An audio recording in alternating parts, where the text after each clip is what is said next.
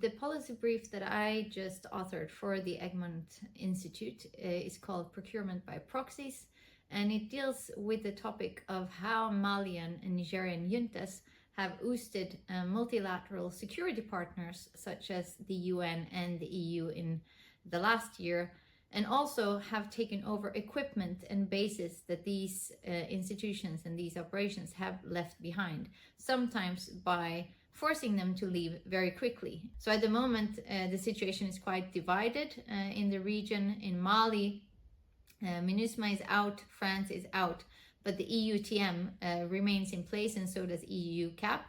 In Niger, both EU missions are on their way out. The US has ended their collaboration, or Nigerian junta have ended their collaboration with the US as the security partners, but have intensified the security relations with EU member states, Germany and Italy. In the two countries that the brief is talking about, in Mali and Niger, what has happened during the past years is that there has been a shift in security partners. That also goes for Burkina Faso, the third country in this region that have experienced a coup in very recent years. There have been a shift from mainly France as the main actor in the region towards Russia as the new security partner. Different factors have contributed to this shift of partners. One factor is the souring relations between France and the countries in the region. So between France and Mali, first of all, but then also between France and Burkina, and finally between France and Niger. There have also been efforts by the military juntas in 3 states to intensify the narratives about sovereignty. And of course, that becomes problematic when you have your former colonial power conducting military operations in the country.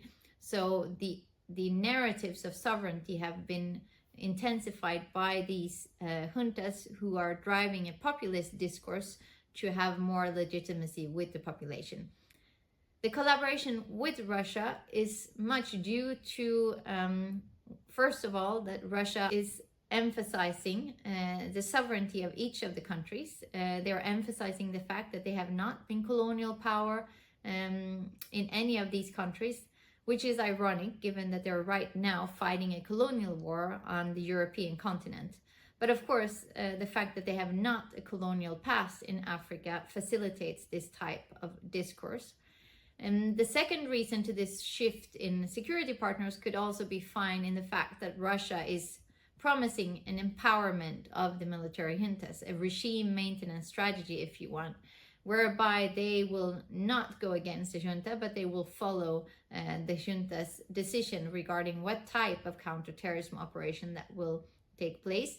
But also they will try to assure the regimes that they will support them and make sure that they stay in power. And that's something that the Western powers cannot do, given that the Western powers, at least nominally, are supporting democratic change of powers and are not proposing any or suggesting any type of regime maintenance strategy to these countries.